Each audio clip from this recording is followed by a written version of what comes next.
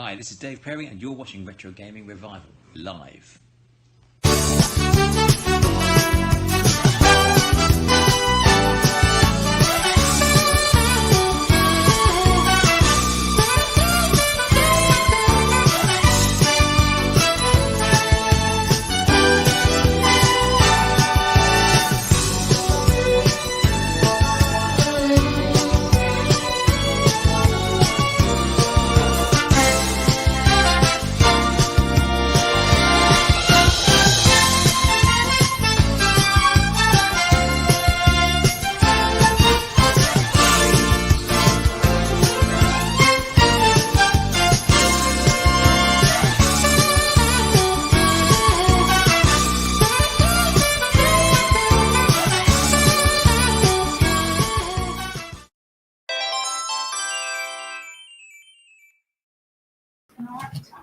Greetings, hello everyone, how are we all? Hope you're all well. Welcome to another very exciting edition of RGR Live. A couple of little things we have to discuss. Ryan can't be here tonight. His piles have flared up again, so get well soon, Ryan. We wish you all the best. And Blunners, I don't know where Blunners is, so maybe we'll have to do get someone to knock on his house or something. So I'm not sure where Blunners is. Maybe someone can do a Blunners watch for us. We do. We'll get a Blunners watch going later on. Yeah, we'll get a free phone number. Yeah, I'm getting a bit worried. So, but yeah, anyway, welcome everyone. I'm joined by the normal Nintendo and Triangle Face. Greetings. Hello. And we are absolutely delighted, very, very honoured to be joined by, in order, Chris, Jason, and Rich from the What's Wrong With Wolfie podcast. So welcome, gentlemen. Hooray! Hi. Thank you for being here. So how are we all? All okay? Yes. Yeah? Good. Yeah, not too bad, thanks. Are you all concerned about Blunners as much as we are? Oh, yeah. Absolutely. Yeah, it's very... Every waking second. Yeah. Have to do a welfare check, maybe, maybe Ryan can do well. But no, welcome guys. Thanks very much for coming. It's been a long time in the planning to get this one going. So thank you very much for joining us. Let's just crack into it, shall we? Yeah, let's go. So, gentlemen, your early 90s memories is a little bit different tonight. Your early 90s memories. So how exciting. Yeah, very excited. Love the 90s. So who wants to go first? Should you do it in order? Go on, Jace. Go on, Jace. Me? Okay. Yeah. My early 90s memories in gaming, I guess I'm cheating a little bit, and I'm going to 1989. Oh.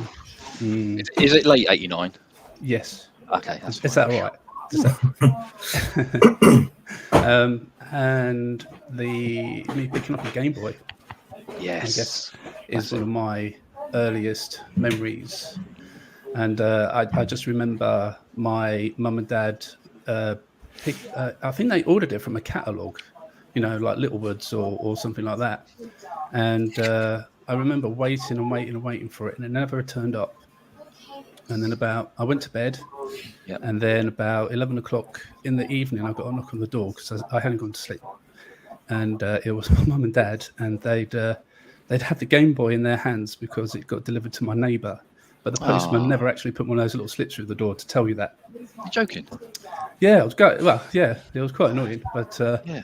So that's actually my memory of picking up the Game Boy and then firing up Tetris on it, and and going from there really, and picking up a Mega Drive in the early 90s. I think it was 92. I think I picked up my Mega Drive. Funny enough, picking up a Sonic 2 before I even had the console. I don't even know how that happened. I can't even remember that at all. So, but that was the first console that I actually saved up for and bought myself. So nice. Yeah, nice. That's my earliest memories. Very nice. What other Game Boy games did you have? Must have been Mario Land, surely. Motocross Maniacs, I remember playing a lot. Super Mario Land, obviously. Super Mario Land 2, which is my favorite, one of my favorite Game Boy games of all time. Yeah. So many. I can't remember them all. There were so many. Robocop. I remember when Mario Land 2 came out. I remember popping that or seeing like images of that and thinking, how the hell have they managed to make it look like Mario World on the Game Boy? When you look back at Mario Land and you're like, it's basically a stick man, isn't it? Really, you only know it's Mario because they told you it's Mario. Then you got Mario 2 on the Game Boy, Mario World Land 2 on the Game Boy, and it looks like Mario World. And you're like, bloody hell, this has jumped up quite a jump. It's quite an upgrade, wasn't it? I think the first Mario game I ever had or ever played, I think, was the Mario Land, which is the Game Boy one. Yeah. So that's the first one I played. Like a stick man. I mean, it's still great, and the music's amazing. Pretty much, yeah.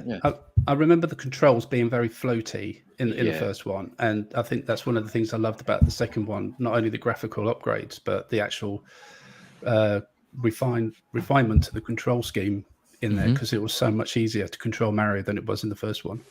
Yeah, definitely. Yeah, there was a huge improvement. Oh man, I need to play. I've literally got it in my Game Boy at the moment because I think it was the last game I finished on the Game Boy recently. I was like, I'm gonna have to play that again now. It's on the RG351 as well. Oh, okay. Yeah, I've been playing on my 3DS because I think when they first released the Game Boy games on the 3DS, I was like, yeah, I've got to have it. Yeah. So I picked it up on there, and I love playing it on the 3DS. It's so much nicer than for nostalgia power for reasons, I guess. It's much nicer to play on the original hardware, but for old man eyes, it's much easier to play on a 3DS. Completely agree. Yeah, absolutely. Great stuff. So, what about you, Chris? What's your early memories? Pretty similar to Jason, to be fair. But one of my earliest gaming memories, before we even had a console of our own, my dad had an old Atari 2600. Wow, yeah. And it's still in my loft, and it still works as far as I'm aware. Oh, wow. Pole Position was a good one. I spent many hours on Pole Position. And is it Joust? Joust? Yeah, absolutely, Joust. That and me and my brother, we were like, oh, this is amazing. Like, little did we know that like all of our friends were like on NESs and stuff like that. And then it progressed to Mega Drive, and I think I was fairly late to the Game Boy craze. I think quite late in the day for that one. But again, with the Game Boy, it was Super Mario World. Yeah, I spent hours playing the Jurassic Park Game Boy game, Mario and Yoshi games. Anyone remember that? Yeah, it was like columns. Yeah. Flip them, and then down. I spent many hours on that. Yeah. And like we didn't have an Nintendo. We didn't even have a Mega Drive until 93, maybe 94. Yeah. So we were again quite late with that one. So we only had basically what we had until we got Mega Drive, and then when we got older, we're going to buy Super Nintendo, and then you get to old enough when N64 came out, and then that's when I was able to buy my own N64 at that point. But before then, it was very slapdash. It was very far and few in between. So did you get the Mega Drive late because you were loving the 2600 so much? You were like, I don't need one of them. Yeah, and it was one of those things that like all of our friends in the neighborhood had their Nintendos, and one of my friends, she had a Commodore 64. Yes. I want to say. Classic, yep. And we spent ages in their room just playing that. Yeah. And weirdly, a lot of my early gaming memories from the 90s come from my uncle. It's going to sound really weird. My uncle was a computer programmer for the Ministry of Defense. So he got not only refurbished computers, but everything was wiped apart from the games. Does anyone remember, like on Windows, well, probably 3.1 or even might have even been DOS, they had Monopoly and all that kind of stuff. Well, he had Doom. Wow. He had Doom on that really ancient, and I remember sitting there at night playing Doom on this PC. This must have been 1991, I want to say, 1991. Really early memories of that. I think I can't remember how many floppies Doom came on, but I'm pretty sure it was something like 8 or 9. It was a stupid amount of floppy disks. But the fact that Doom even existed on a floppy disk, even to this day, baffles me. you look at it and you're like, how is that on that? It was just amazing. And me and my cousins, we'd spend hours on Doom, hours. And what was it, Prince of Persia? Do you remember the original Prince of Persia, the side scroller? That was preloaded on the same computer. So a lot of my early gaming memories are from those really like ancient early, PC games. Yeah, not so much consoles really until obviously we got the Mega Drive. Yeah. So Mr. Scott Marathon Gaming there is just sort of checking in and sort of asking which N64 Mega Drive games did you get at launch, or what were the first games that you had for that system? If that was sort of like your entry into the console world. I'm a weird one. I'm a late adopter to like games at release. I've never really had a game upon release. I always waited 6 months to a year for some reason. I don't know why. Just a master at procrastination. Aren't we all, mate? Aren't we all? I don't know if it counts, but when I bought the 64, I got the GoldenEye tie-in edition with the GoldenEye sleeve on the box. So that came with GoldenEye. But the games that I had that I bought for myself, I think was 1080 snowboarding. And I want to say Perfect Dark, but I don't think it was. Oh, I think I got lent Perfect Dark and then accidentally didn't give it back, and I still have it to this day. Accidentally, yeah. You just forget, don't you? You get lent something, and then years later, you're like, I never gave that back to that guy who lent that to me in high school. That definitely he's probably to me. moaning, saying, "Where's my bloody game? Where's my game?" Yeah. I've got this vintage game somewhere. Where the hell is it? It's worth a fortune. Yeah. That is literally me. I lent somebody my cart of Super Street Fighter 2 on Super Nintendo last year at secondary school, and God knows where that went. I've still got the box and the manual, but yeah. If anyone is interested, funny you should say that. Actually, I've got was it Super Tennis? Yes. It's quite. Is it? Am I right in thinking it's not quite rare, but the boxed editions are? Is it? It's not rare, is it? It's just I've seemed to have accumulated Super Tennis on the Super Nintendo, and I don't know where I got it from. Was it from Nintendo Ollie? Did he lend you that as well? That sounds like school. Seriously. I've just lent everything up. When I moved out of my folks' house and I started unpacking stuff, and I was just like, where is that from? And it's a lovely box. It's got the tennis rackets, the greens, everything. Wow. I don't know where I got it from. No idea. It's just happened to me. So, it's just there. To acquire things, yeah. I don't even remember borrowing it. So, just in my house with my Nintendo stuff. So somewhere, somehow, I probably got it lent to, and I never even put it in the machine. But wow, yeah, that was that. So it is a masterpiece. I'm just imagining you sort of running into shops, picking stuff up, and running back out. That's what I'm imagining. What, me? Yeah, and then saying, "I didn't." What are you on about? I don't know. There's one thing I remember now is I was fairly good at like giving stuff back, or if I lent something to somebody, I'd keep a track of it and make sure I got stuff back. But there's one thing I lost. I lent a friend of mine Mortal Kombat 3, but I also lent him a pull-out guide that came with a gaming magazine that had all the fatalities, because this is before we had like the internet, we could just look it up. And there's this book that had all the fatalities, and he gave me the game back. I was like, "Oh, have you got the guide?" I was like, "Oh, it's somewhere. I don't know where it is. I'll find it and give it back to you." I never got it back. And that was that one stung a bit, because I was like, I now can't do any of the fatalities without trying to remember, commit them to memory. That's very upsetting. Very upsetting. Well, moving swiftly on from that very upsetting. What about you, Rich? Your early 90s memories? Was it Jet from Gladiators? Probably, I'd imagine.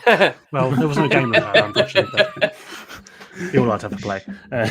Oh no. Sorry, Chris. I've started. My earliest memory would have been very turn in the 90s, probably playing on my sister's Commodore Plus 4. Yes. So a lot of Spiky Harold, Fire Ant, Winter Games. Yep. I was still a bit young at that point to have a console. Nowadays, that probably wouldn't be the case. I think this kid's much younger than I would have been at the time that would have a Series X. It wasn't until like the following year I got a Mega Drive for that Christmas with Sonic and Mega Games Collection 1. Yep. Yeah, and that was an amazing Christmas. So lots of Super Hang-On, lots of columns, which my dad developed a real love affair with, and would actually just go sit on my bed in my bedroom, basically kicking me out, and would just spend whole evenings on columns after doing the washing up. So yeah, he just loved that. Other than that, I would probably say then, yeah, Super Nintendo. So that again was my sister's, so I hijacked that. It seems a bit of a pattern developing there. Yes. Yeah, you guys seem to acquire quite a lot of stuff. Yeah. I think probably standout games for me around that time probably would have been early on, would have been like Mick and Mac Global Gladiators, which I think is one of the most underrated Mega Drive games. Good. Yeah, and probably my favorite Mega Drive music of all time. It's absolute tunes through that whole game. And I would probably say Robocop versus Terminator. That was probably the first like, violent game I ever now owned. he's talking. Classic game. Yeah, it still really holds up well now. I've been playing it recently on the Retroid Pocket 3. Sorry, three's crap. The 2 Plus. We won't go there. Yeah, the game still holds up. It really is great. Yeah, what else? Yeah, predominantly Mega Drive, really. That was my earliest memory through the 90s, at least as far as gaming goes. Unpopular opinion from my heart on the Mega Drive is I actually think Batman Returns on the Mega Drive is better than Batman Returns on the Super Nintendo. I'm glad you brought Batman up because the Mega Drive, the game for the '89 film. Yeah, I got that Christmas as well, actually. Yeah, I played forever. It's good. Great. I was amazed. Even the sound effects and everything sounded like you're in that film. I just remember I just had to say it that you put up Batman. I was like, yes. yeah. Batman '89 on Mega Drive is good. It's also really good on NES. It's one of my favorite NES games. They seem to just get something right about that particular one. Batman Returns on the Super Nintendo is really good. It's just a side-scrolling beat 'em up, which is fine. But there's just something about Batman Returns on the Mega Drive that I just prefer. I just think the music's better. I think graphically it's actually a bit better as well. It looks a bit more sort of dirty and gritty. Yeah, can't help that one. Funny that really, like at that time, isn't it? Like when we had the same game, but like completely different on different systems. Like, yeah, imagine those old days. I used to appreciate it then when like the N64 version came out to like a PlayStation game, and it's just blurry and muddy and full of fog. It's nice actually having it be a real chalk and cheese, 2 different games. Now it's like, what is the difference between a PS5 and a Series X? It's just 6 of one, half dozen of the other. I was one of those extremely baffled children when I went to my mate's house and he said, let's play Sonic the Hedgehog 2. And I sat there and I was like, what the actual hell is Scrambled Egg Zone? Was I the only one? Like, this is weird. Like, I'm sure it was that. Was it Scrap Brain Zone? Which version have you got then? I had the Mega Drive Sonic the Hedgehog. Well, the first one. I think it was number 2. I can't remember, but I know Egg Zone. Why am I thinking Scrambled Egg Zone? I'm not. It's been a long time. It's just... I just played that game so much. I thought Scrap Brain Zone was one. Might be. Wasn't it Scrap Brain Zone? The Scrap Brain Zone, isn't it? I don't know. I hardly play Sonic. It wasn't my thing. But I played Sonic one of those Chinese versions of Mega Drive, like Scrap the Brain Zone. the one. It was Scrap Brain Zone. I think Scrambled Egg Zone sounds a lot better. I want that to be real. K2 as yeah, I do. Maybe you can design a level, Chris. You can design that level. Scrambled Egg. It would make sense though, right? Because it's Dr. Robotnik or Dr. Eggman. Hold on. Scrambled Egg Zone makes sense. No, the last episode of Sonic 2 was just called Death Egg. There is actually Evil Cough. Oh, is this an exclusive? But it sounds Chris is doing his homework. I am Googling. Sonic the Hedgehog 2 8-bit only appearance Scrambled Egg Zone from Sonic the Hedgehog 2. Was that on the Master System then? What? On the Master System version? Never think played the that's- Master System games. Yeah, it says here Scrambled Egg Zone Is it? Hang on. was in. I'm sure it's Master System. First Yeah. tangent of the evening. Yeah, hang on. I Hang gotta on. know now. Gotta know. Is it this? I've got screenshots of it here. Yeah, that's it. Ooh, yeah, it's definitely. That's got to be Master System, isn't it? Yeah, definitely Master Yeah. System. Is it Yeah, a homebrew? yeah, That almost that's looks the a one. bit too good. There you go. Yeah. There it is. Scrambled egg Scrambled zone. egg There zone. Scrambled I'll Egg be Zone. damned. Wow. There you go. There you go. Because it sounded you, right, just, but like- you just hear the typing of many people. It's like, what? Really Scrambled anemic eggs, looking. There you go. That is Fucking an what? exclusive. No, So sorry. No, I Yeah. never played those versions of Sonic. I only ever played it sort of on Mega Drive. Hmm.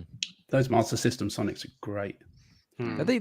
Am I right in thinking they're the same, almost the same ports as the Game Gear ones? I think it's the other way they- around, wasn't it? The Master System were ported to the Game Gear. Oh, really? Okay.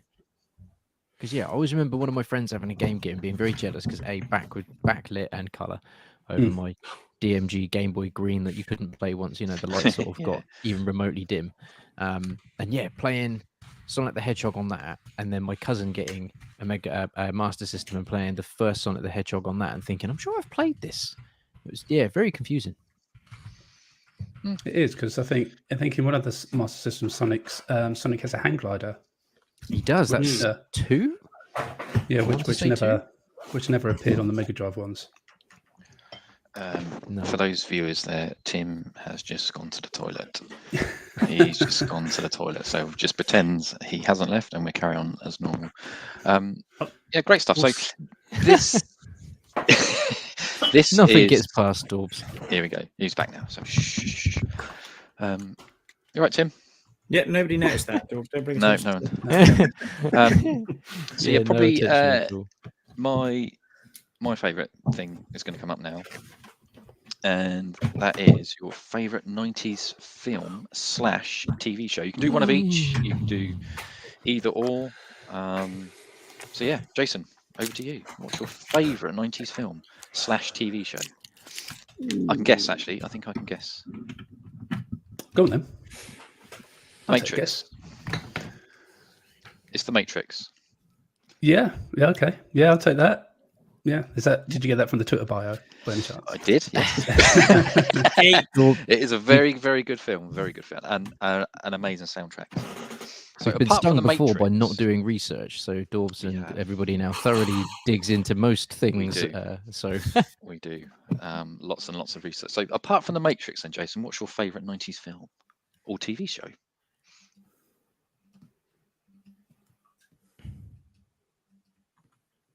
Oh, is he still there? Is he muted? can't hear him. Hang on. He's muted for some reason. Oh, there you go. I had Ooh. a technical issue, but it's back. Yeah. Yeah. I mean, The Matrix is one of my all-time, Yeah. just for everything that it contains, and the fact that the first time I ever saw it at the cinema, Yeah. I walked out completely befuddled. Just Mm. completely I was like, what have I just seen? Yeah. I couldn't comprehend it properly, and I had to go back for a second time. And then after that second show, it all clicked. It all made sense, and it was just like a eureka moment. It was just, oh, okay. Yeah. But yeah, apart from The Matrix, I would have to say Terminator 2. Classic. Yeah, Classic. and now that you've said Terminator 2, because I did ask Dorbs this earlier, your podcast has to be linked to that line in Terminator 2, correct? Yeah, that's exactly where we got it from. Yes. Fantastic. Classic line. Classic line. Just I think because it was one of the first films that I saw when I was younger that I shouldn't have seen, and I remember my mum picking it up on pirate VHS from her work and bringing it home, Mhm. and then I practically wore the tape out because I watched it so many times. Yeah. And it's just got everything that I would want from a film.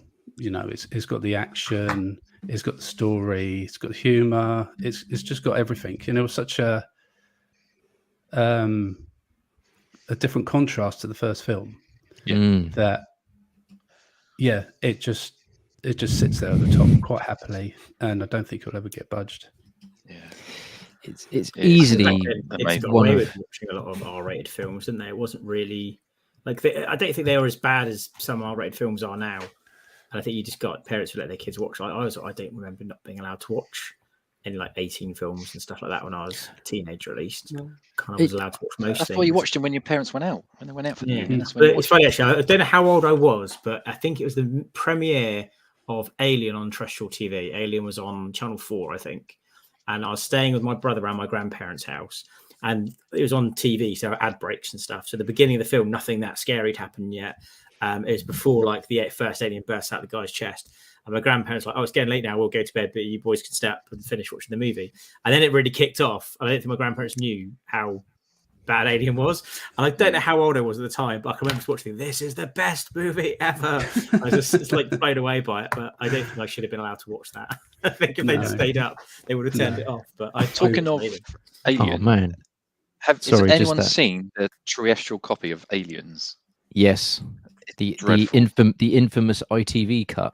Yeah, the voices over is some of the stuff they say dreadful. What's that? Is that like an edit they did for TV or something? Yeah. Oh yeah. The other one I remember is like Die Hard with Yippee-ki-yay, Mr. Falcon. Yes.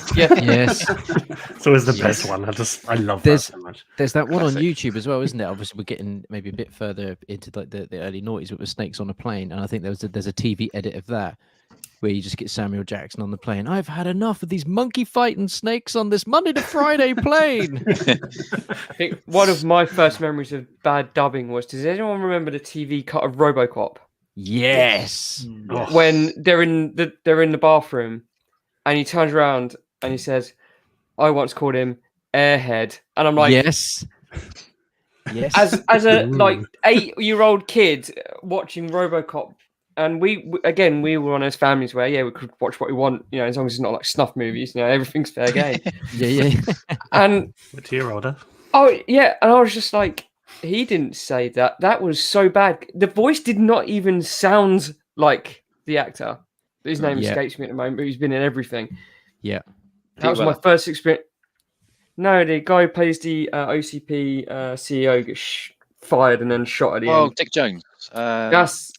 Oh, what is his name? No, you're thinking of he died recently, didn't he? A few years ago. Ronnie Wilcox, that's his name.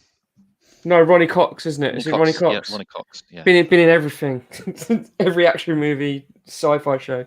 Yeah, I'm like, what? That looked weird. Yeah, that's definitely that ITV edit because there's so many bits. I think that was my first experience of RoboCop because up until that point, until I got RoboCop on VHS for Christmas that year, I'd never seen the acid scene at the end because he just drive into the thing and that's it. You never see that character again. That's it. It's just removed completely. And that's I think it's the same edit when the guy goes to rob the convenience store at the beginning, and as he's firing his gun at RoboCop, just saying, "Why me? Why me?" Just remember thinking, because you're a criminal. Like what? Yes. What? Yeah, weird. And I'm a Star Trek fan, so I'm so used to many TV versions, so many different edits. But people go really insane there, like they collect everything or whatever. And I grew up on certain TV edits, and that's all I knew because we recorded them on VHS, like we probably all did. Yeah, 100%. And you get used to missing scenes or added scenes. In some respects, certain films will add scenes that were cut for the theatrical, but would make it into the TV edit. I don't know how or why that ever happened, but then it gives you like 4 different versions of one film, doesn't it? At the end of the day. One thing I remember doing was quite fun. When I just got back from university, my dad had a cabinet with all the VHS tapes in, and what we used to do was all the VHS tapes would have like a number on them, and then there's a book that had like all the numbers written in the book, and then you'd write down what the films were on that tape. He wrote it in a book separately, so that I suppose then you could re-record something and just update the book instead of redoing stickers. I don't know. That's a good cataloging system. So he did that, and then he lost the book. So I was like, I'm going to watch some old movies. Let's try tape 16. Chucked in. It's like Gremlins. It is. It's fantastic. It was 2. Let's watch a bit of that. But it was just fun because I was like, I re-catalogued them, but I was like, just But I didn't go through order. I just whacked in random. I was like, let's just go take 32. See what that is. Oh, that's never ending story. So yeah, I don't know why that's triggered a memory. I love when you go through an old VHS and you're like, oh, I just wonder what's on this, and you got like a bit of the news, and then it'd be like the never-ending story or something, and then after that would be some violent Clint Eastwood movie. Like what the hell? Like it's this random collection of stuff. I've got to bring that up crazy. with Goldtooth there. The criminal, hero. Even in the cinema, what we had as Hero Turtles, the movie at the time, any scene involving Michelangelo's nunchuck was just not in the movie, and it certainly wasn't in the cartoon either. Why? They put them in the toys though, didn't they? Which was weird. You always had the nunchucks and the action figures, which I was a bit like, that's a bit weird. It's weird, isn't it? 'Cause certain cartoons that get heavily censored, and I don't know what triggers it. It must just be like how popular it was or what the age was of like the fan base. But certain cartoons get away with a lot more and don't get attacked. And I can always remember like, when the Pokemon series was like, I can't remember what series it was. I watched the first series of Pokemon, and then they changed it. It's like, oh, these animals are now going to shoot targets and run races and stuff. They had like a new way to get badges that was all like not fighting. I think it's because they got loads of complaints from parents about like, oh, these animals could do more than fight, and they actually changed it so it was less violent. And meanwhile, at the same time slot, you've got like with Dragon Ball Z, and they're blowing each other up with like energy waves and cutting people in half with swords. It's like, okay, so that's cool, but Pikachu can't electrocute things anymore. It's just some things just get attacked. It's like no. There was one guy in the BBFC that caused a lot of this problem, and when he either left or he passed away in the late 90s, and that's when all of a sudden you started seeing The Exorcist getting re-released, Texas Chainsaw Massacre getting re-released, Clockwork Orange started getting re-released, and Ninja Turtles finally were called Ninja Turtles, and Michelangelo's nunchucks started making their way back in, all because of one guy. Is that Quentin Crisp? Was that his name? Maybe. He was a huge advocate for the video. His signature nasties was always list. on the ratings. I'm sure that's Quentin Crisp. I'm sure someone will tell us if we're wrong. Totally cut you off then, dude. Sorry. That's right. I was just going to say, you remember talking about cartoons, some got away with more, some obviously got away with less. But I remember even shows like, I think it was like Animals of Farthing Wood. And you have like field mice impaled and barbed wire. It's like on a Sunday morning on Children's BBC. I was like, it's funny what gets through the censors, and then you're like, whereas now it's fair game. They can put the dirtiest jokes they want in a Disney show, and you're like, what? They didn't. I watched the other day. I got a copy of it's called Watership Down, because they had the remake of Watership Down on Netflix, which is like the CGI one. I really wanted to watch the original again. I was like, and I found it on DVD for like £1. So I was like, I'll get Watership Down again and watch it. That is a U. It's not even a PG. Yeah, it's a U. Wow. I watched it back. Like, there's quite a lot of death in it. There's a scene where one of them comes along all beaten up, and they're like, oh, what happened? And he describes what happened when they were buried underground. And there's this animation of like all these rabbits like choking and suffocating underground. Yeah. And it's a U, not even a PG. It's like crikey. Yeah. I remember watching it on a Sunday afternoon on telly. I'm sure I did. Yeah, sure. Yeah, it was like Easter, but it's a cartoon. It's for kids, isn't it? You done. Yeah. Exactly. Like the cinemas in the States, you didn't they screen Sausage Party to a yes. There was also a thing, wasn't there, with we will get to Chris and Rich's favorite bits as well, but there was was it Peter Rabbit, the awful James Corden? I just can't stand James Corden. So the Peter Rabbit movie, and someone in the projection room got it wrong, and they started screening The Conjuring 2. Hell yeah. And the intro, that's not even the same. It's not great.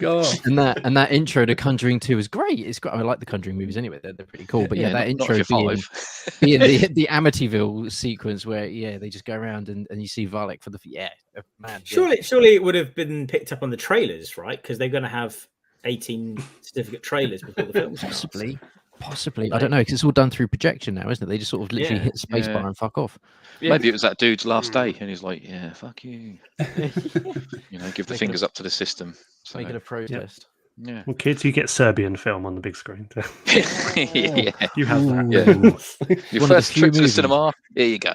That is one of the few movies where I actually think the cut version, the UK cut version, is actually better than the uncut version. The uncut version, there's so many scenes in it where you're just sort of thinking this adds nothing to the movie, whereas the cut version is still hard to watch, but it's much better.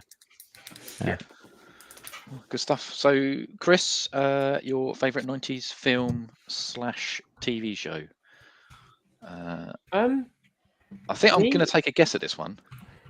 It depends, because I was just going to say my favorite film of any decade is all A State of Mind to me, because I fluctuate so much. Mm-hmm. Like one year it'd be that film or that film, but me and Rich might be tied in this. I think Jurassic Park it was our generation's Jaws. Yeah. Yeah. In many ways. Now, when I was younger, this isn't a tale of woe, but obviously my parents divorced, so my escape was all of my VHS collections I had. Mm-hmm. And I fell in love with Spielberg movies. So I had like E.T., Close Encounters. And then my mum took us to see Hook in 1991. And I was just like, I was getting to, you get into age where you're starting to find your identity. Mm-hmm. I was like, this is amazing. You got Robin Williams and playing grown-up Peter Pan. It was great. It had so much energy. It was colourful. It was loud. It was fast. It was fantastic. Then along comes Jurassic Park, and already at the age of 9 in 93, I already had the Spielberg bug. So when those trailers came out, I was just like, what is that? Now, this is pre-internet. So unless, at the age of 8, I started collecting movie magazines, which I had no idea. We didn't even have, we had, 3-4 channels? Mm-hmm. So even then, you didn't even know... you didn't even have a flash forward of film slate for the next year or 12 months. You didn't have it over here. And then the first trailers came out, and I was just like, "This is nuts." And then I saw it. Yeah, amazing. And we went as a group of family and friends. I think 3 families from where we used to live. We all went together to local cinema, Canterbury. We went to first, Canterbury Cinema, and we all came out. And I've never known about 8 people to be so silent, including the adults. Because it was 2 hours of a perfect movie that was framed and shot. And as I've gotten older, I've appreciated how it was produced. When you're a kid, you just care about, those dinosaurs are so goddamn smooth. There's no jerky movements. What the hell is going on? It's just, how is this what is this witchcraft? As a kid, you're just... And we would be at school, we'd be playing Jurassic Park in a playground, and then you'd get all the kids would bring the toys in, and you would have other toys and T-Rexes and Jeeps and stuff. It was almost, for 2 or 3 years, a way of life for me. It literally was an obsession. Yeah, and I remember being really, really confused, because we had the Argos catalogue come in, and it had Jurassic Park toys, but the film had not yet been released. I couldn't work that out. I was like, why are they there? The film's not even out, but they're in the Argos catalogue. It was mad. And I remember just poring over this Argos catalogue, looking at these tiny pictures, like, want that. And it just was, and I absorbed everything: dinosaurs, paleontology research. I got making of books, you name it. It's crazy. Original posters, and I just think, of all the films in the 90s, I think that film shaped me as the movie fan that I am now.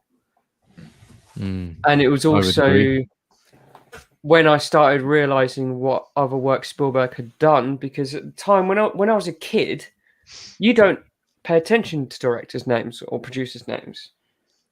It's only when Jurassic Park came out did I put the 2 and 2 together that Spielberg directed Indiana Jones, which I adored as a child. And as I was getting older, I was like, wait, he did those 3 movies as well? And then it became this Spielberg universe almost. And I just couldn't get enough of it. And then obviously it was just amazing. And I think, was it someone did a couple of scenes from Jurassic Park and Raiders of the Lost Ark, and they muted it and monochromed it I'm sure it was a film professor somewhere up in London, and just said, watch how Spielberg frames a shot. No dialogue, no music, no sound effects, nothing. Just watch how he frames that shot.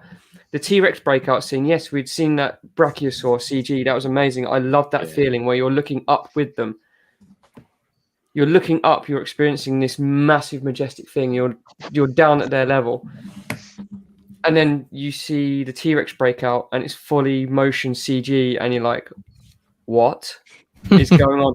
And then the cinema was silent. I remember literally not a gasp in that cinema for that entire like 6 or 7 minute scene. And it's crazy to think it's like nearly 30 years old as well. Yeah, 30 years old. It's mad. The effects, obviously, we're all blown away by the effects at the time, but they still hold up really well. Yeah, they do. Yeah. They did an incredible job with the effects, didn't they? Really Yeah, did. It's also. I used to go to the cinema quite a bit, and I was already into going to the cinema. But I think going into Jurassic Park was the first like big summer blockbuster movie. I can just remember walking into the lobby of the cinema, and there was just like Jurassic Park merchandise all over the lobby. Yeah. And I think pretty much every screen had Jurassic Park on, and they're just like all the popcorn had Jurassic Park logos on the popcorn bags, and it was just Jurassic Park was plastered everywhere. It's like, wow, this is like a big deal. Like, like this is like, do they do this for movies? Like, I didn't quite grasp that this was like a big blockbuster movie that was being like promoted. Yeah, it was like a merchandising train. It was just like, and what I miss is those posters behind me are the mini quads that they used to get in cinemas. Yeah. Do you remember them? You used to go into cinemas and they used to have stacks of these posters, and you could take them. They don't do that anymore. They still have a couple. UCI, if you've got a UCI, they still do the odd one. It's not a frequent thing at all. But every now and then, we'll go to UCI because they've got a better deal on. That cinema experience, like you said, when it's just plastered everywhere on cups and popcorn. Now no one really bothers. Like, I think the last printed popcorn box I saw was for Spectre in 2015, and the less said about that, the better. Yeah. But yeah, it's just I think that turned me into someone who appreciated not so much the film, but the process for the film. Because if anyone's read the making of book, yes, and you see pictures there behind the scenes, and there are pictures of scenes that didn't even make it into the film, and I was obsessed with that. I was like, but that wasn't in the film. Why wasn't it in the film? You used to get that with trading cards as well. There'd be like frames on trading. The early merch release, and Spielberg never releases deleted scenes either. It's very rare that it will do that. So you've got these shots and stills from scenes that you never see. And you're talking about shots and how he frames things. I think one of my favourite shots in all of cinema history is the bit where the T-Rex roars and the banner falls down when dinosaurs fall there. But that bit, you can't beat that. That's one of my favourite. Look, you get chills, don't you, when that bit happens? I think I remember first saying that and you get goosebumps. Like, that was a really cool shot. I don't think you can beat that. That's like one of my favourite scenes in a film. I think it kind of became an iconic thing. And like, I'm not going to ramble too much, but if anyone's seen Jurassic World Dominion, I feel sorry for you. It was basically here's Jurassic Park, but we're going to put locusts in it instead and waste the legacy cast members. And you're just like, oh god. Dinosaurs are ruining my Locust movie. That's why I thought of it when I watched it. The point is, when films become a parody of themselves, such as aforementioned Spectre in 2015, and Jurassic World Dominion felt like a parody because it's just to a point where you can put a reference in, but when you have the T-Rex walking past a stone circle fountain and looking through it like the Jurassic Park logo, you're just like, you've gone too far. That's too self-referential. That's too meta. That's like, what are you doing? It's weird because I liked Jurassic World, even though it was basically Jurassic Park, but different. But I didn't hate it, and sometimes it's an unpopular opinion, but I really like the second Jurassic World, Fallen Kingdom. The whole thing's just basically a monster movie set in a it's Resident Evil, but without the zombies and the dinosaurs. And here lies the problem. that I can see Rich just getting itchy in his seat, and it's like a slasher film. It's like Indoraptors, like Freddy Krueger. It's like but it smiles as well. It's like, what the hell is going on? I kind of dug it. I mean, horror's definitely my thing. So when they announced that the guy that directed The Orphanage was directing the Jurassic World sequel, you're like, cool, I want to see where this goes. You're going like monster movie types thing. All right, let's run with that. But at least it was different. Cool. So I think this is a bit of a tangent, but with you're talking about films becoming a parody of themselves, I thought one film I actually quite enjoyed because it's just a fun, silly movie was, I don't know which one it was, like the third or fourth Child's Play movies, where it's got the Bride of Chucky. Because like the first one's like just straight up horror films about a demon doll. It's meant to be a horror film. Then when they bring the Bride of Chucky in, it's like they were just like killing people, but trying to one up each other of who could kill people in the most ridiculous way. And it was just fun, like stupid horror movie. But I actually quite enjoyed that. It's like, he's like, well, I can kill somebody with a fork, and she's like, I can kill somebody with this. And it's just a bit ridiculous. Cool. So before we get to you, Rich, I don't know if we've got a Blunners update, but we've got a little helpline. I think number. we have. Have you seen Blunners? Anyway, get hold of Call it. 081 9999 find Blun. Yeah. So hopefully we'll get an update. But yeah, Rich, forgive me. Just two ticks. There is, where is it? We got an update from Ryan, his early 90s memories, and well, a bit offended. I'm quite offended by this one, but he used to watch Tutti Frutti on RTL. I don't know what that is. I've just Googled it, and I'm very offended. So I have no idea. It's What's disgusting, RTL? disgusting and vulgar. Yeah. That's not the Irish channel. And again, I don't know who this actress is, but I've just looked her up. Apparently, she's married to Gene Simmons and Kiss. But yeah, he used to watch Channel 5 Friday movies with Shannon Tweed. So yeah, That's if you are that going or to Keith Chegwin, you know. So if you He'd have just done it fucking naked, wouldn't he? if you could ask Google. Oh, hang on, another pervy message. Who remembers Red Shoe Diaries and Hot? I don't remember those. Christ. No. No. So you can see the sort of person Ryan is by the looks of it. Very disgusting pervert. Apart from that, he's a lovely bloke. So yeah, Rich, sorry about that. So obviously, yeah, we've gone through Jurassic Park. You know, quite lengthy, but I understand, Rich, that you don't like Dennis from Jurassic Park. Is that right? I don't. I love Dennis. According to your bio, it says that you want to punch him in the face. Really? Oh, that's on our website. Yeah. It is, yeah. Apparently, you want to punch him in He's the a face Dennis. for being such He's a a dick. D asterisk asterisk asterisk. So Yeah. Yeah. You know. I've even got one of Because the he's- Tubbs rubber ducks of him down on my shelf somewhere. So I love that. Do you see that they released Janine Melnitz's Tubbs rubber duck recently? I have not. Yeah, No. Yeah. Like 2 days ago, I was like, what? What the hell? one of my friends does a really good Dennis Nedry cosplay when he goes to Comic Cons Wow. and stuff, and it's fantastic. yeah, cool. So Rich, yeah, your favourite '90s film / TV show? I mean, yeah, I could wax lyrical about Jurassic Park, and I would be covering pretty much everything Chris said.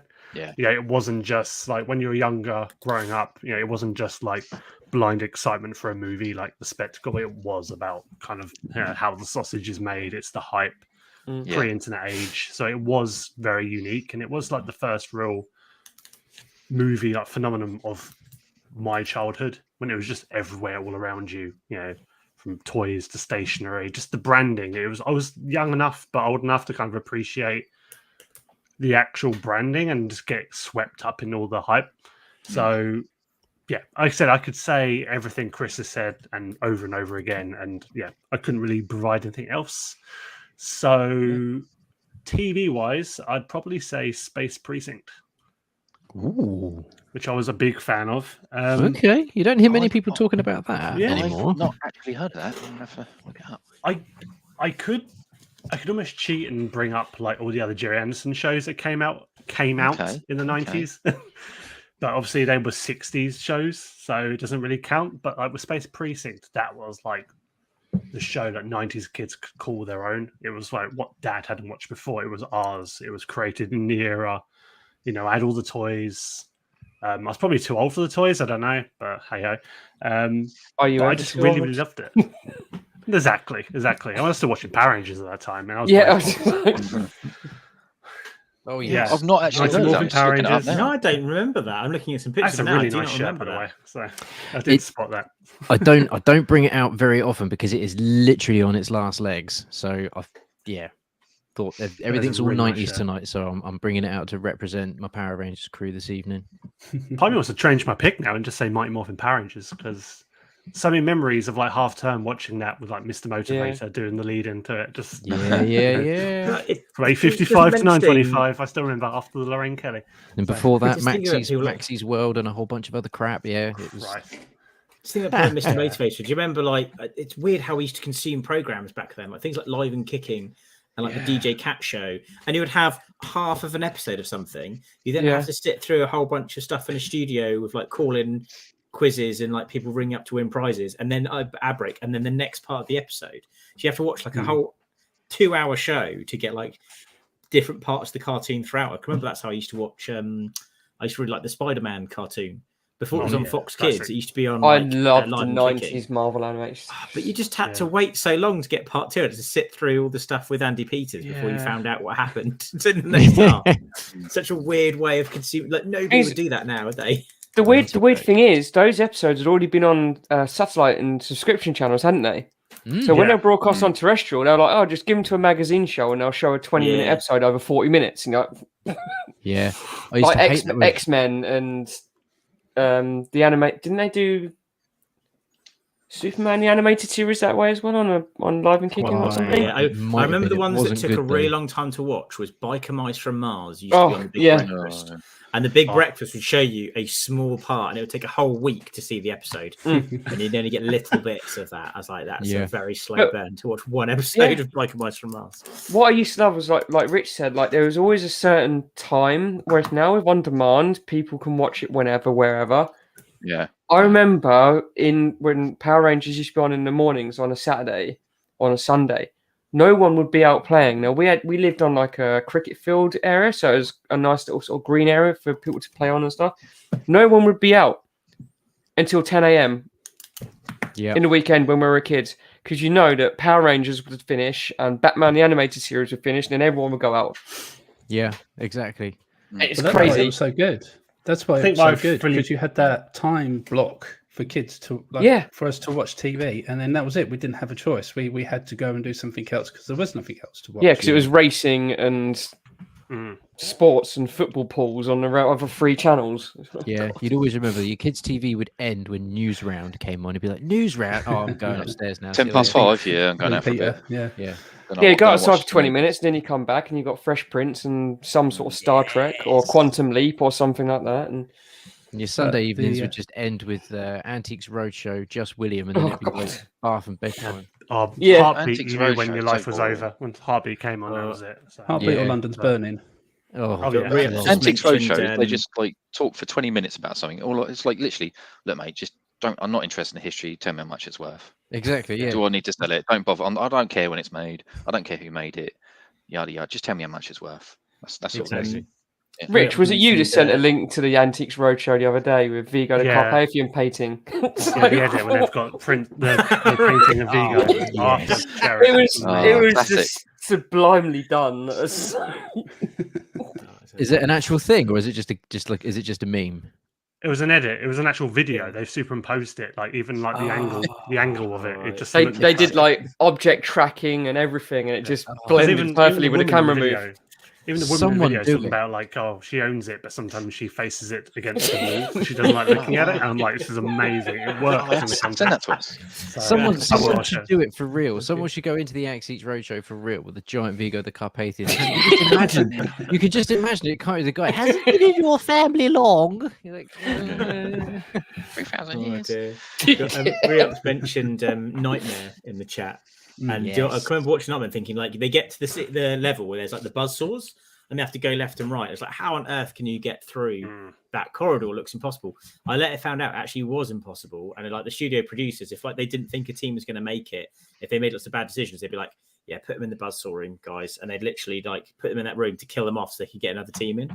So that buzzsaw room was just a death room to get rid of a party. If they're like, yeah, let's move on to the next group of kids now. That's mad. Ryan went to see Nightmare live in Winchester, and it was meant to be very, very funny.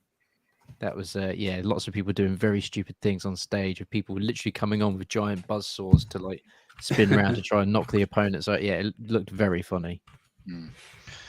Cool. Well, cracking stuff there. So obviously, guys, you know the reason why you're here. You've got an amazing podcast. So tell us about What's Wrong With Wolfie podcast. How did it start? Who came up with the idea? We know the tagline. Ollie spoiled that, unfortunately. So yeah, what got you into doing the podcast? That was your brainchild, wasn't it, Jason? You just randomly messaged me and was like, "Let's do a podcast." I'm gonna leave it to you guys. I think it was one of those things. It was like 30, guys in their 30s and 40s. It was during the pandemic. Everyone decides let's start a podcast because our lives have stopped. So let's just do that. So I think, but Jason will tell you. Yeah, well, I used to do a podcast with one of my old friends for a few years called Utterball, and we basically just him and me. We used to just sit down and just talk shit about anything that just came to our head. And I did that for a few years, but then life got in the way and we stopped doing it.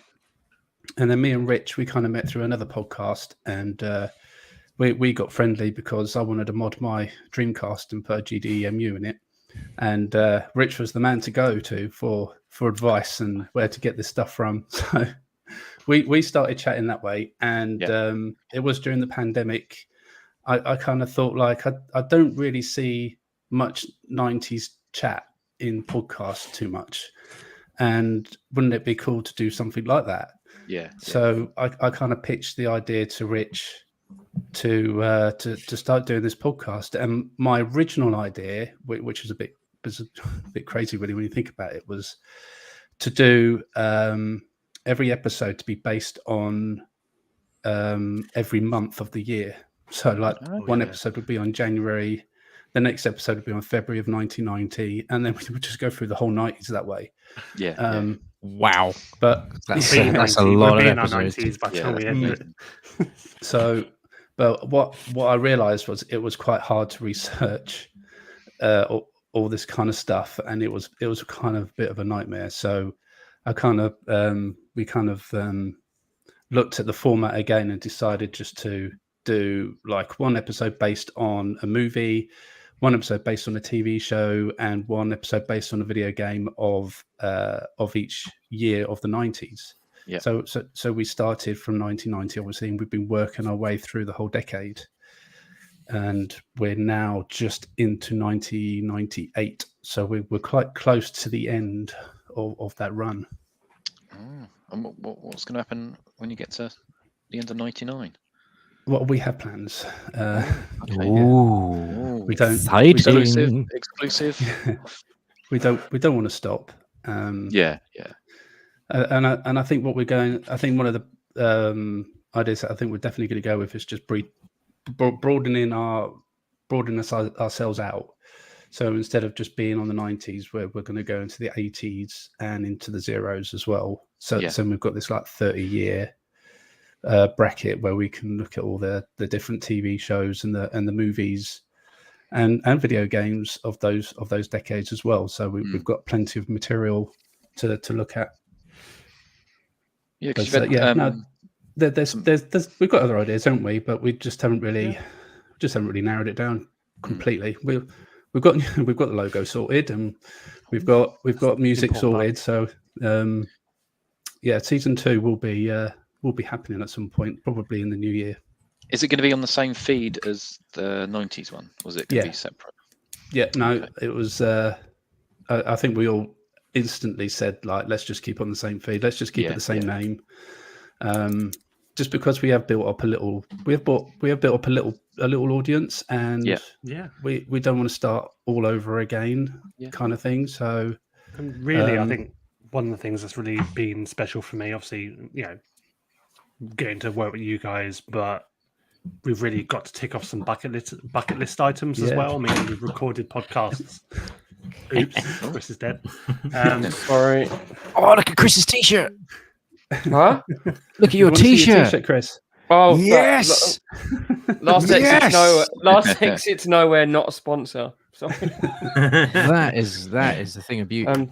Sorry, I accidentally knocked my Chromebook flying just then. Sorry. I couldn't tell. It's seamless. Welcome to my world. But yeah, actually, we didn't mention Chris actually in how we all came to be, because obviously I talked to Rich about doing the podcast, and he suggested that we invite Chris into the podcast as well, just because he seems to have a endless supply of knowledge for the 90s. So That's not a bad thing. It's knowledge. It's just it's all in there, and it needs to come out somehow. Yeah. But Rich was saying, though, it's been really cool as well. You know, like it's been really nice for us to sit down and talk about 90s stuff, because I know I didn't really have anyone to talk about 90s stuff with. So it's nice to sit down every couple of weeks and have a chat with these guys. But like Rich was saying, we've kind of managed to tick off some bucket list as well, and have some cool guests on, including Mr. Biffo. Yep. And of course, Mr. Dominic Diamond, which was I still remember the day he answered the message and said, "Yes, okay, then you retweeted one of my tweets, so karma, let's do it." I was like, yeah, amazing, brilliant. And of course, you've had a good friend of ours, Chrissy Two Sticks, as well. Yeah, what a legend. Listen to that one. Yeah, a lot of time for Chris. Yeah, he's a good laugh, is Chris. One of the world's loveliest blokes ever. It was a really fun chat, actually, and he's really easy to talk to. And I still can't believe he hasn't got in touch with Natalie. Well, do you know what? I didn't want to bring that up. I thought it'd be a bit awkward, but yeah, he's a lovely bloke, but he is a bit obsessed with her, isn't he? He goes on about this date he had with her when he was like 10 years old. Yeah, it's a bit creepy, but no, all joking aside, he's a great bloke. A lot of time for Chris. Yeah, and we're planning, once we've got through the 90s run and we've got our different formats set in stone, then we've definitely got plans to get him back on to talk about more 90s or whatever kind of films or TV shows that he enjoyed in the day. So I think that was one of the things that I was sad that I didn't get time to talk to him about properly, but was all that kind of stuff. So we're definitely going to get him back on. Sorry, go on. I was saying, plus we're still trying to get a certain Miss Diane Yodale on as well. So we've tried. We've tried. Yeah. No luck, unfortunately. Got our agent's email and phone number, nothing. So. I think she's quite elusive to all that kind of stuff, isn't she? Yeah. So I think my biggest guy would be Timmy Mallet. I'd love to get Timmy Mallet on the show. It'll be an absolute joy to talk to him. That would be cool. But he'd be on your 80s one, wouldn't he? Really?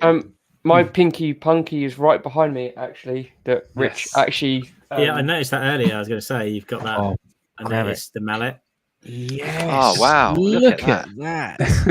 This came through the door last Christmas, and I was like, "What the hell is in that?" This comes out of a Jiffy envelope, along with quality. That signed. Wow. With that on the back. No way. Even a whack-a-day plaster as well. I was going to say, where's the plaster?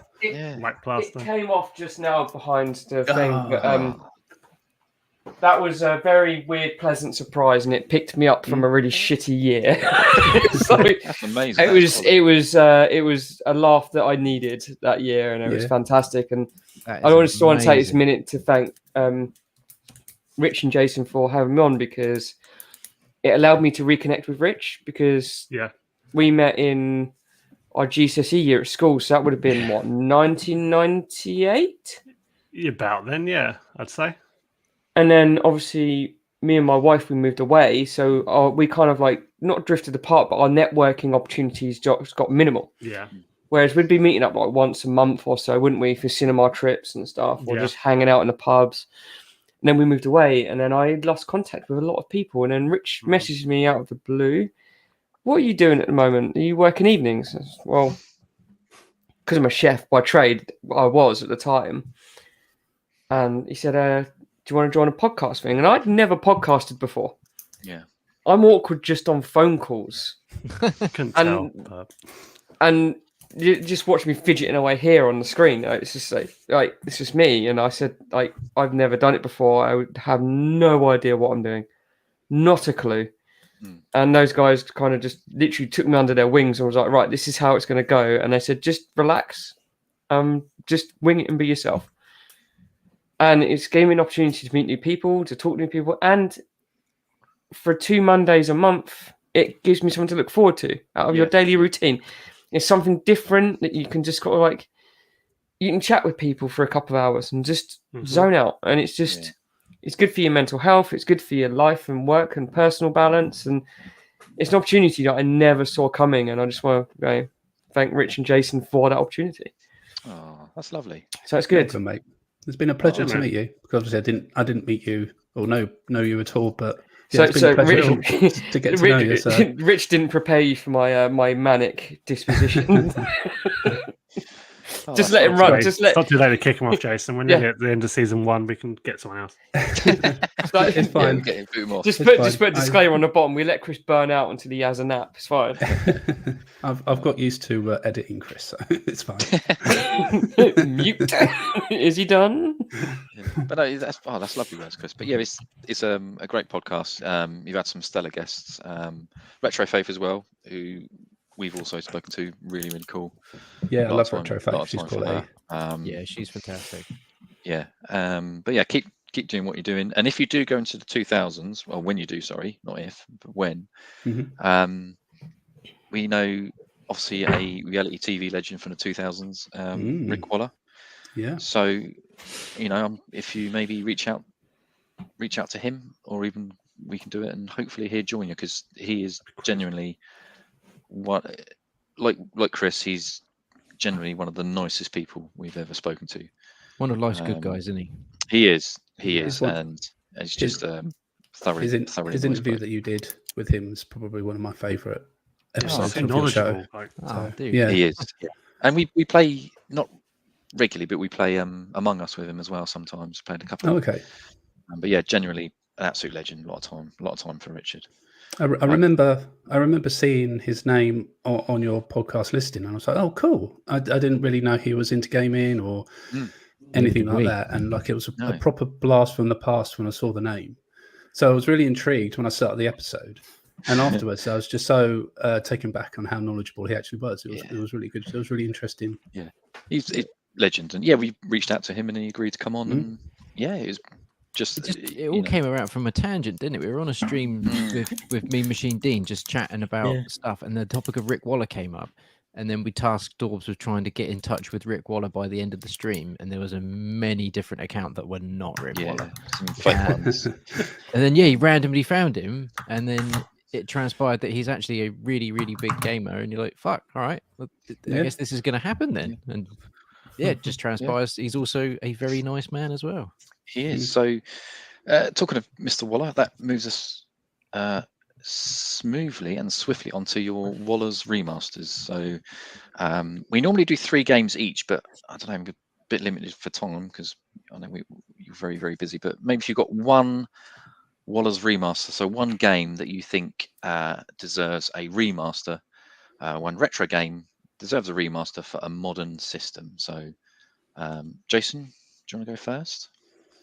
Yeah, it was really, really hard to nail down a game for this. I had like 2 or 3 that I'd really like to see get a remake, but I think I would probably like to see Headhunter on the Dreamcast get a remake. Ooh, good shout. Nice. Good shout.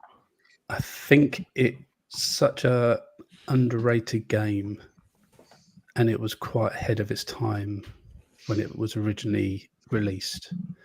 And the whole concept of the game, the exploration and jumping on your motorbike and exploring the city, it's ideal. It's ideal for a modern gaming audience. I think it would really literally get lapped up if it was released now. Yeah. Oh, excellent choice. Headhunter. Okay, Chris? This is a bit of a Jurassic Park? This is a bit of a wild card. I'm not sure if it qualifies, but I spent a lot of time on the game Hitman 2 in 2002. And I have many happy memories of Hitman 2 when you're stalking people in St. Petersburg. That is just fantastic. And it's just a memory that has stuck with me ever since. And I just think it needs a proper next-gen redo. Same structures, same levels, everything, just tart it up. make it look awesome. Yeah. And change the gameplay mechanics to what we have now. And I think that'll be just a fantastic game, because there were so many games I could choose, but a lot of them are cliche because of my weird on-off relationship with gaming over the years. But Hitman 2, it struck me earlier while I was at work. I was like, actually, that would be quite cool to see someone remaster 20 years later of Hitman 2. Like, just that would look phenomenal. Yeah, many. I think that's one of the few games I had on the PC where I logged more hours than anything. Wow. And also, I loved PC gaming. I love because you can mod. Yeah. You could download and import files into certain things, and you'd be like, you can't do this on a console. And I missed that part of PC gaming where you can just like this is going to sound really weird. Did any of you guys play Star Trek Elite Force in the 90s? God, what a game! What a game! Got one hit. This was back in the early days of high-speed broadband internet, and I downloaded so many mods for Elite Force. Basically, just maps. Elite Force was just a shoot 'em up, first-person shoot 'em up game. It was on the Voyager ship, wasn't it? Yes, it was a Voyager-based game, but the mods you could download anything, and it was fantastic. It was so much freedom. But yeah, Hitman 2 was a stellar game in my opinion. Excellent. I don't think any of the new Hitman games have come close to recapturing that, in my opinion. I would completely agree. Yeah, they've tried. They've tried. And things, when your memory's weird because it remembers so it remembers stuff in it's like your brain remembers in 4K, right? And then when you see gameplay footage, you're like, did that really look like that 20 years ago when I was playing it? But many happy memories of playing Hitman 2 and sniping people and infiltrating dinner parties and stuff. It's just great. Yeah, that's a very good choice. Rich, what's your Waller's remasters? I was going to say Hydro Thunder, but I think Hurricane holds up really well on the 360. So I'm actually going to go with Rock and Roll Racing that I fell in love with on Super Nintendo. Yeah, Big Boy Barry's favourite as well. Yeah, but I would want to bring it back, but I'd want all the worst thrash and new metal on the soundtrack, like licensed music. Just give me all the worst Limp Bizkit, Papa Roach. A bit like Motorstorm, when it's got like that sort of music. Pretty much, yeah. Just go completely egregious with butt rock and just the worst new metal imaginable, but fully 3D, none of the isometric stuff, which was great at the time, but I would absolutely love that. Yeah. Modern age. Be amazing. Very, very good pick. So yeah, we've got 3 excellent choices there. I was going to do a tally and do a spreadsheet and do Waller's remaster of the month, but I've been a bit slack for 9 months doing that, so I'm sure we do it one day. But so thanks very much, guys. Now, if you're up for this, I have a 90s little game that I've devised. We found Blunters. Is he here? Is he here? Yeah. Where is he? Oh, thank Boom. God. We found him. Call off the search. Right. Call off the search. He is late. Stop printing the t-shirts. Yeah. Don't get those milk cartons printed anymore. You can still call the Blunters Where's Blunters number, but you may still be charged. Yeah. And exactly. Please call, because we make money. Yeah, if you're up for it, Jinx, I thought of this game earlier today. Me and Ollie were chatting about it during our lunch break, of course. So it's called Mullet's Mullet. And now basically what I'm going to be nice here. This is my idea. It's an original idea. Whether you want to implement this in your podcast, you can. I'm going to sign over the rights to you. Okay. So awesome. I know I've been shafted with Little Lad Larry. I don't know if I've mentioned that before. Once or twice. Yeah. So you know about that. You know how shafted, disgraceful. But no, I'm being generous. I'm going to let you have this idea. So yeah, Mullet's Mullet, and what it is, it's basically famous people with mullets, and you have to guess who they are and what TV, film, or music video they're from. So I've got 7, but I'm only going to do 5. Okay. So I'm We'll going see how to we start go. We'll off. see how we go. If you I'm gonna try and get the mullets longer as we go. We could get a couple in, Dobbs. We're all right. I know we. Yeah, I'm we going to try and get them longer. So, first one, classic. Who's that? Are we That's allowed Mario to answer? Lopez. Is this just for the Wolfie guys? Or are No, we just for the allowed to Wolfie. answer? But Okay. I think Mr. Rich has AC Slater. Mario Correct. Lopez. I think Rich got there first. But yeah, did, Mario thank Lopez from Saved by the Bell.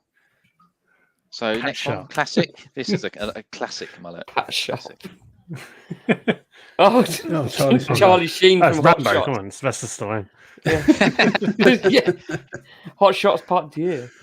Very Oh good. dear. I don't. This has not been called a mullet, but I'm going to call it a mullet. All right. Ooh. Oh, That's So Michael who is Bolton, that? isn't it? yeah, I thought It it was. is. Yeah. What song is it from? What song is it from? I don't know. My mother might know what's. Is But- your mother there? Chris's mum. No, she's not. Oh, that's a shame. It's Michael Bolton, but that's got. It's from the classic, the smash hit "How Am I Supposed to Live Without You." Ah, Oh, cool. cool. Very, very amazing song. I'll do a couple more. Who's that? And what film? Jean-Claude ACVD. Damn. Yeah, what film? What film? is it? Ooh. It's not. No, it's not Time Cop, is it? It's not Tarquin. It's not. Yeah, Double Impact, is it?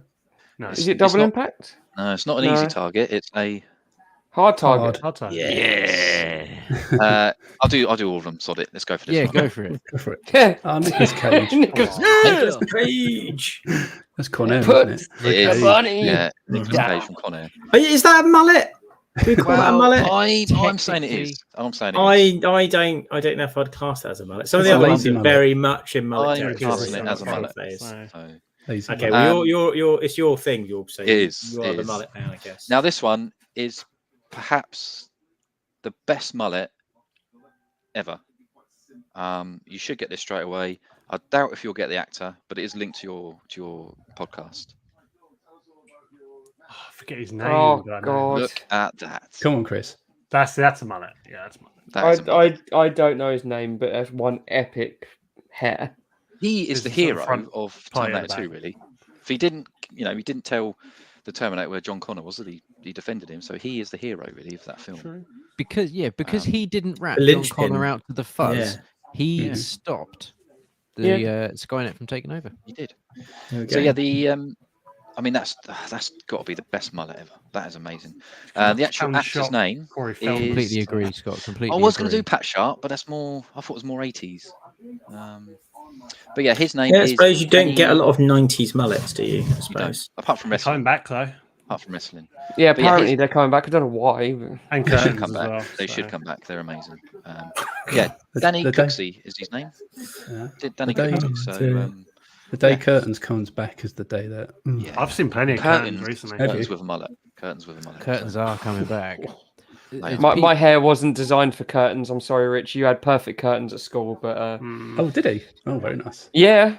yeah. Who I- didn't I- have curtains at school? I think most of us had curtains at school.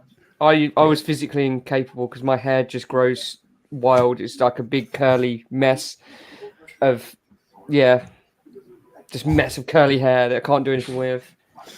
But we need to get curtains back. We need to get mullets back.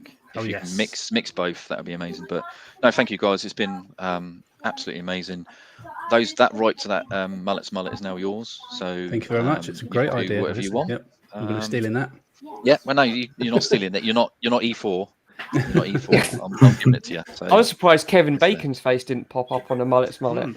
yeah, in Tremors. Ah. Yeah, he was rocking a mullet. For Yeah, years, yeah, wasn't it he? was. Yeah. Very good one. Yeah, I wish I. That's- So sure they have, was it Movember? Who's supposed to grow a moustache? Yeah. Perhaps this Movember, she mullet. mullet. mullet. mullet November. Everyone grow a mullet. Everyone grow a mullet for should do. November. March I'm up for mullet. it. Yeah, but it's not going to be very long. Mullarch. 4 weeks.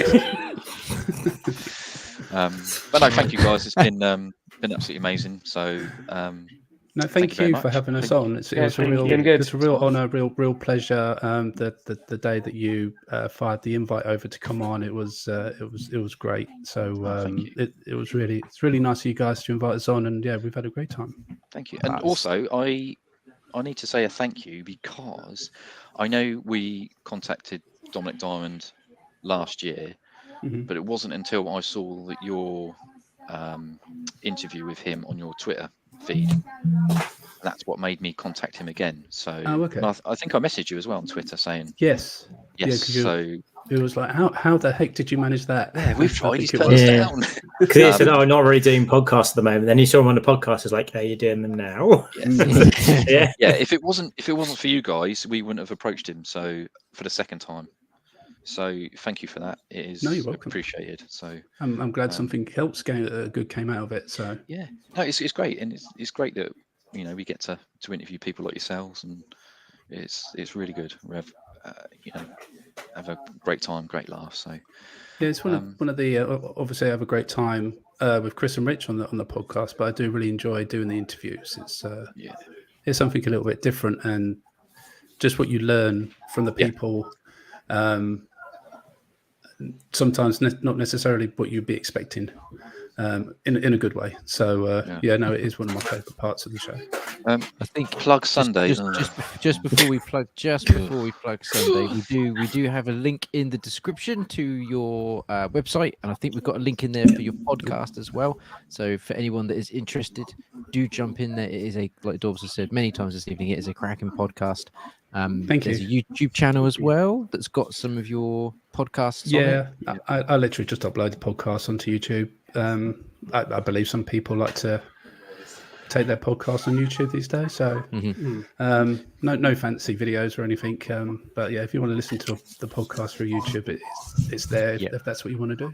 But I just like to say as well that with our podcast, I don't think that our aim was always to discuss the films and the TV shows from our own personal memories, and from our and that kind of stuff. And you won't find heavily researched, are we?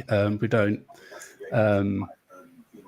go all in on the stuff that we decide to talk about. But when we do talk about it, it's very much just from our hearts and from our own personal memories. And I think that as well is a nice thing to do. 100%. And I think that's why your podcast is so good. You can tell you genuinely enjoy what you're talking about, and you care, which is the main thing. We talk to quite a lot of channels and stuff, and that is always the thing. We always approach people that I'm still shocked that people actually want to come and talk to us, if I'm totally honest, because we're just a bunch of dickheads, really. But yeah, when we do get to people that do come on, it is genuinely because they make something which is awesome, and we just kind of want to share in that. So yeah, fantastic. No. Did you want to plug Sunday, Dorbs, or do you not want to say the words? Everchat Sunday, whatever. Everchat returns on Sunday. There's Sunday. It's going to be big. I'm not allowed on it because I'm too honest. I'm not embarrassing like Chad. I'm not a Chad who says it's great. Oh dear. People like the Evercade, Dorbs. It's okay. People like the Evercade. I don't dislike it. It's just they've got me on Twitter. So is Ryan still there? Ryan, can we name who's on it, or do you want us to keep that? Or do you want us to keep that a secret for the minute? Because I'll just see if Ryan says anything in the chat. It's his thing. Sunday. I think he's gone to bed. He's got an early start tomorrow. So he'd have ditched us by now. But yeah, Sunday 8 o'clock. Everchat with Ryan, Crazy Burger, and a couple of other people. UK Kraut. Tune in to find out. Hold fire, Dorbs. Ryan is typing. Oh, he's listing. We've got a few more names here. Evanil, Crazy Burger, UK Kraut. Evanil. Come on, Ryan. Where's the next one? Typey. I don't know if he's just teasing us now. Yeah. Here we go. Ryan, of course. He's got. Do you want to put his last one up? I can't see it. It's not No. popped. Oh, there we go. Sir Top Hat, the UK's #1 Evercade cult member. Okay, yeah. I joke. So yeah, Sir Top and Hat and Liam as well. Liam Sledges, so that's good. And that's it. So yeah, thank you for everyone for joining us. Thank you guys. It's been absolutely fantastic, and thank you. Keep up the great work. And I will look forward to doing the noughties and the 80s because I'm a big 80s fan. So really looking forward to that. Yeah, we'll have to get you guys on. Yes, Oh, definitely. yes, we love it. please. We're be a absolutely. good We'll be one. honoured. We'll Yeah. be honoured. So, but if anyone else has nothing to say, then I think we should just go out with this legend. There we go. So, right, thank you very much. Ollie, do you want to do the outro? I can do the outro. Take it. Pleasure as always. Yes. Thanks very much, everyone. Take care. Bye.